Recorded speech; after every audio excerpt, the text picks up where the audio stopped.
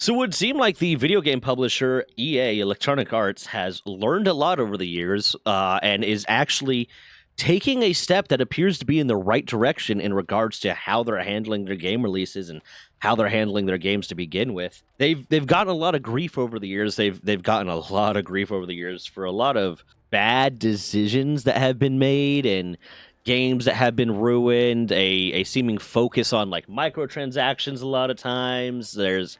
Listen, I don't even want to get started on the Spore drama and how Spore could have been such a better game, and the fact that they have not remastered Spore or re-released Spore in a while is atrocious.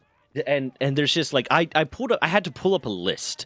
I had to pull up a list of the different drama that EA has had and the different like criticisms that they had, because it's there's so much, and I wanted to make sure that I didn't miss anything when I was thinking about it. But we all know about loot boxes. We all know about microtransactions. It's becoming a staple of gaming. They are really bad about it. They don't really listen to their community. They don't really accept feedback all that well. They stopped really focusing on any single player experiences and leaned wholly into the multiplayer experiences. Very likely because the multiplayer games are big, and especially with the FPS field, multiplayer games are a big deal. Probably more so because people are more likely to spend money on those microtransactions if it's something that they can show off or if it gives them some sort of competitive edge. So let's lean more into the multiplayer transactions or the multiplayer gaming to get those microtransactions sold. But it seems like, and listen, one of my first games growing up, one of my favorite games growing up was Dungeon Keeper, which was published by them. It was through a company called Bullfrog, but published by EA, and it died. And then when they re-released, it unfortunately died. It was like 1990s when the game came out. And when they finally re-released it on Dungeon Keeper Mobile, and I was so excited for it, it was one of the most microtransaction heavy mobile games that I have ever seen. If you wanted to do anything, it was microtransaction heavy. You had to like it was one of those ones that you had a limited amount of stuff you can do within a time period, and you didn't regain it in any amount of time, and you would just be littered with microtransactions. And there was also a PvP element to it, so you needed to, use those microtransactions to spend money on those microtransactions so you can actually compete in any sort of way. So you didn't get your shit pushed in. It was ridiculously disappointing. But that is all to say that it would appear that they have learned something. They have learned their lesson a little bit and are actually listening to feedback. And this is all based around what has happened with the Battlefield 6 beta. If you're not aware, the Battlefield 6 beta, they're doing their open beta weekends. But they're doing open beta weekends, and just based on their Twitter alone, they are actually taking the time to listen to what the players are saying, listen to what the fans are saying, and respond to it, and actually address these issues so that the game that they're putting out and the product that they're releasing to the player base is something that they will find satisfying. I mean, right now, like I said, right now, let's see, within the last 24 hours, 7 updates to the community through Twitter to talk about the issues that they're addressing, talk about the things that they've received, and actually address the issues. Like the most recent one, DLSS/DLAA issue update 01. The team have identified the root cause of this issue and are working to have this resolved in DLSS and /DLAA. Active once again within the Battlefield open beta. We anticipate to be resolved later today and will be updated accordingly.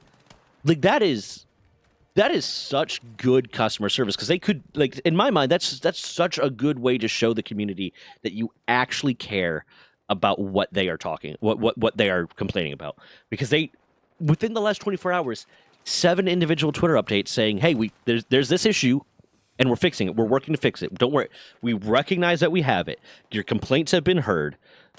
We have identified the issue. We're working to resolve it. And right after that, matchmaking update 01. If you are currently experiencing matchmaking issues, please ensure that you have the most recent client update. EA app repair functionality is available via the 3-dot button and repair. The team continues to assess this. The team is aware of ongoing matchmaking issues, and right before that, so like within 8 hours, both of these are saying 8 hours apart. So right before that, the team is aware of ongoing matchmaking issues for some of our players when attempting to matchmake on playlist. We are actively investigating this and working towards a solve as soon as possible.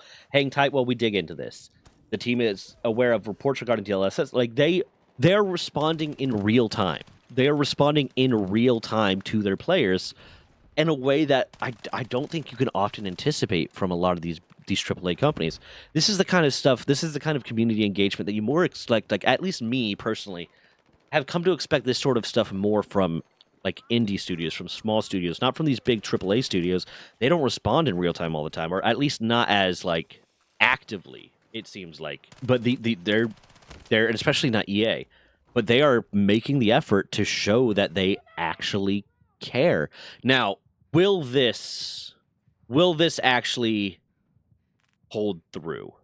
Will this be a defining change in the way EA is running their company?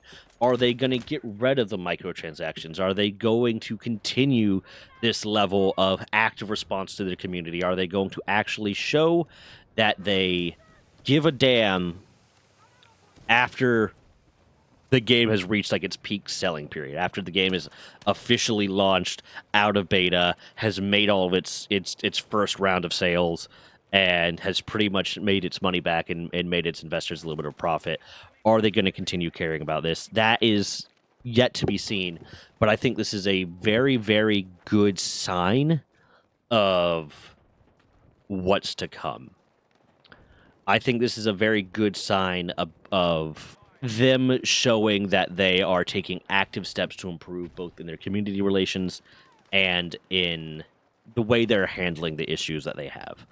I'm gonna put a little wish out there for this. If they're responding to the community, maybe we should start, messaging about bringing Spore back and seeing if Bullfrog wants to come back and re-release Dungeon Keeper and, Mercenaries Playground of Destruction. And if I have a list of all their games up, because I couldn't even remember all of the ones that were EA games that I just really loved and just died out of nowhere. But I don't really have too much more to say about this other than the fact that I think this is a good step in the right direction. We are seeing more and more big game companies not really give a shit about their player base, and we're seeing more and more of these big companies engage in monopolistic practices and to actively take actions that are actually going to harm their player base, rising the game prices, rising the console prices, suing anyone that dares question them or dares challenge them or tries to compete with them, and blah, blah, blah. And while I'm not saying that this is a sign that EA is not going to continue their little bit of monopolistic practices, their little bit of, really trying to control the gaming space in their own little corner of it, and their anti-consumer practices and all of these issues that they have, I think this is at least a sign that it's going to maybe start getting better. And my headcanon with it, my little theory with it is these AAA studios, or not these AAAs, these indie studios are starting to get more competitive with them, and there's less that they can do about it. There's more vocal. The player base is more vocal. The player base is being a lot more vocal about what they like and what they don't like, and about speaking out against a lot of these kind of abusive practices from game publishers. And whether or not it's because they heard them and said, wow, we're really screwed up, or they are now worried that they're going to start losing sales, who knows? But it's a step in the right direction. All of this is, a lot of word salad, word vomit to say it's a step in the right direction. But I'll wrap up there. I'm trying to do, like, I have a tendency with my videos to do a lot of the Power ones, especially. They are very heavily researched, heavily spoken, non-emotional, non-talking about. And that's kind of how I like to talk about stuff. I like to talk about stuff from the non-emotional standpoint, from the logical standpoint. This is the research. This is what I'm seeing. Playing devil's advocate, this might be what they're thinking, but not playing devil's advocate, this is what I'm thinking, kind of thing. But I also kind of like talking about stuff from just like the vamping standpoint, the talking about this just from how it feels and how I think it's going to be. So I think that's going to be something I'm going to start trying to pursue a little bit more, of just talking about things from the more off-the-cuff standpoint, not researched, not, heavily thought out and well, let's get everything exactly right. I'm not making any claims in this video. I'm not saying anything that is a fact or anything, but I'm just saying how I feel. I think that's something I'm going to start trying to do a little bit more. But if you would like to see more of that type of content, or the other type of content, or any of my content, if you just want to see more of my handsome, pretty face, like and subscribe, turn on notifications with your subscribe, leave comments, because the more you engage with the video, the more engagement a video gets, the better it does. But the more you engage with a content creator, the more they're actually likely to be fed your stuff, because apparently subscriptions mean nothing. Subscribers mean nothing. Having notifications turns on doesn't help. But the more you engage with it, the more like it's appearing. You're made. Oh my god, heartburn. My god, I'm getting old. I'm 31 now. Ah! Mammoth, leave that in. Humanize me a little bit. But aside from that, speaking of Mammoth, if you are so inclined and would like to sign up for memberships, I'm starting to try to, at the very least, release videos early to members. I also want to start focusing on like some members only content, which will just be the stuff that's like, this is not within the normal frame of the stuff I type of talk about. But at the very least, get stuff early. There's going to be a list of stuff that I'm starting to work on for members over there. But the big thing is 100%. So the way I pay my editor is through an ad rev split and memberships. So 100% of the money I get from memberships will go straight to my editor, to Mammoth. Mammoth, pop up your smiley, handsome face right here. See that guy right there? He's such a good boy. He deserves money, and he's British, so he could really use a leg up in this world. 100% of the membership money is going to go straight to him until it gets to the point that between the ad rev split and the memberships that I can afford to hire him on full time. And that point, some of the memberships will come to me. Some will come to helping hire more people to work with me to help build more content out and work on some of the other channels I have, and blah blah blah. Help manage the community, etc., etc. But until that point, 100% of it goes straight to him.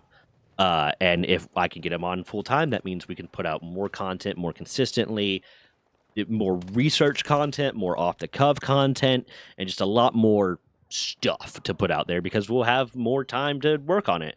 But after that, that's all. Nope, not gonna say that. Looney Tunes will sue the shit out of me. That's all. Bye.